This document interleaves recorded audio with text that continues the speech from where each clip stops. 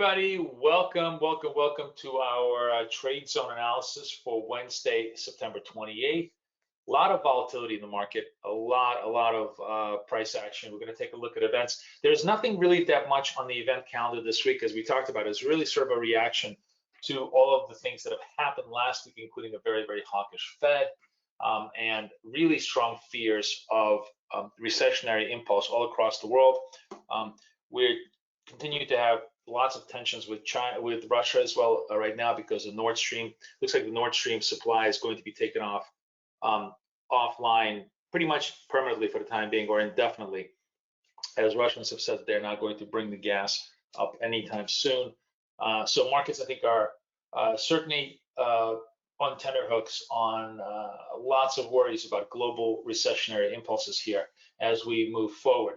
The calendar, very tepid rest of the week. We don't really have much GDP out of Canada, which is not a really big event.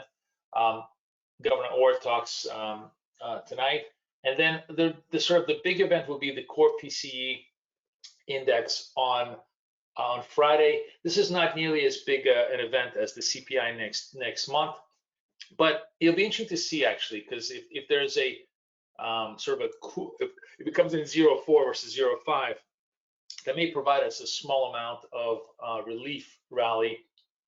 What will be interesting, though, however, is if it comes in hotter than expected.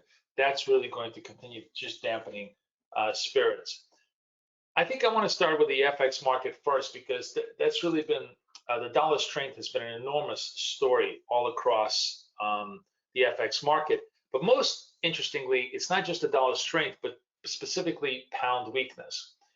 If you recall, when I left you guys on Monday, and I said, listen, cable had a flash crash. I think what we talked about, this was when I was talking to you on Monday, it was around 107, right? It was around 107.43.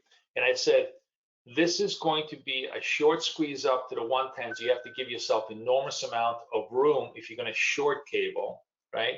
However, I really thought that there was possibility for further downside price action here, as the fundamental pressures in UK economy are just not going to go away. Although right now, as I'm talking, this is really interesting. We're having a huge pop on the move. Let me see what's going on here. Let's just, while we're talking here, might as well see what's happening in the market. Let's go to Twitter for a second to see. I wonder if there was this feels like a really big news. The Bank of England, purchases will be carried out whatever scale is necessary. That's what it is. Intervention. Wow, so isn't it interesting? So we're just having intervention on cable. So that's interesting. So the big question was the intervention on cable. Does that is that sustainable? I continue to argue that I don't think it is. I think now the Bank of England in a way has less arsenal than the Bank of Japan to intervene significantly, and I think you're going to see the market really pressure, as you can see right now. The market really pressuring cable to the downside. So the move here, I think, still is going to be very. Look at this. We're already dissipating as we speak. So very opportune as we're talking about it, how the price action is sort of confirming my thesis that it's very hard for cable to have a sustainable rally here, given the very drab fundamental background that we're seeing. So it's an interesting play here. Anyways, the intervention rally, which was all of 5 seconds, seems to be fading. Now, what's going to be really negative is if we start dropping through the lows here. I mean, that's the market just sort of really rejecting the Bank of England threat here and pushing it all the way down. Regardless, there's going to be a lot of volatility. As I said, if you're trading this position, you really have to trade with incredibly large stops until it sort of closes above 110 on a closing day basis.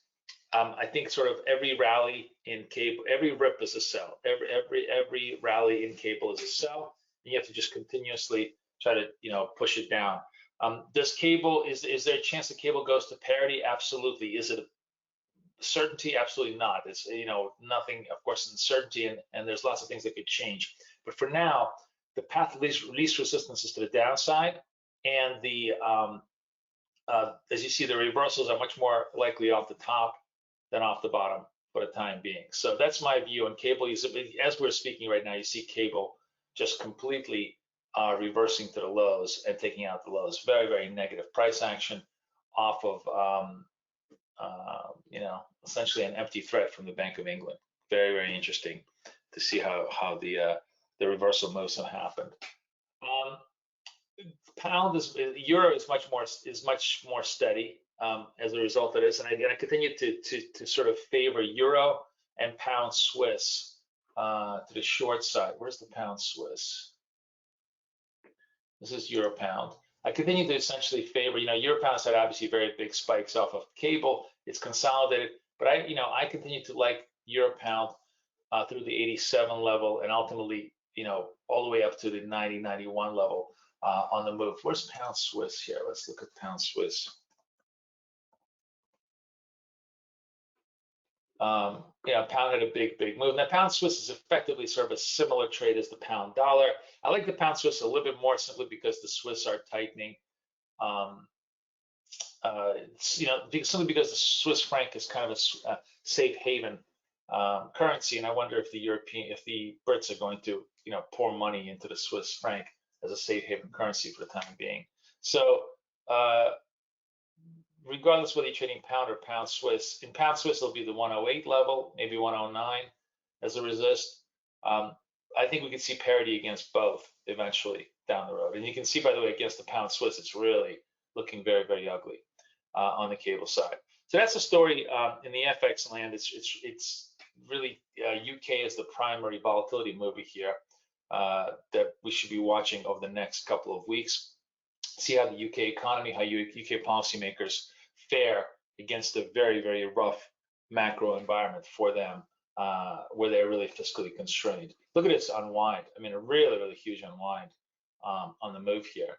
So, if you're just basically fading that rip, you're certainly making lots and lots of money to the reversal side. Dollar yen, which is a sort of a separate story. Now, this is this is off the BOJ intervention. Dollar yen, to me, actually looks very toppy. This huge. This was the the BOJ intervention, the 45 to 40. We've rallied pretty much up to it with far more modest momentum, kind of topping out of this 145. So where I would be wrong, in other words, if I thought, I think the dollar strength in some ways, especially against the yen, may be waning. So I would be wrong if we really clear and hold the 146s. But for now, I kind of think that there's possibility here that we could start to unwind. Especially, this is the key thing. If U.S. yields are like almost at 4, we're almost at 4%, right? 396. Obviously, and 4% is going to be a big number. But if we start coming off the 4%, like we kind of hit 4% as the peak, and start coming back down towards maybe 375, this will be very, very bullish dollar yen, and dollar yen will correct very viciously. As a matter of fact, if you sort of want to combine the two big ideas that I have, which is yen strength, pound weakness, then the pound yen story will be look at the pound yen is just really, really reversing, but pound yen story could be really huge. Like we could be seeing it again right below 150 to 148. This is obviously the most volatile pair of all of them, but also the most interesting in terms of possibilities for profit as we go forward. So that's basically the story on FX land. Stocks are just continue to be decimated by higher yields, fears of recession, and you'd love to say that that we're going to find a bottom somewhere soon. Obviously, the most natural place would be the 11,000 level in Nasdaq, right? What was the Nasdaq low here? This was pretty much here, 11,000. So, do we have a chance of making a double bottom? Absolutely. Is it inevitable? Absolutely not. But certainly we're coming down to to a double bottom formation. If we can't break the 1100, very likely we have a chance for here for for a small rally back up.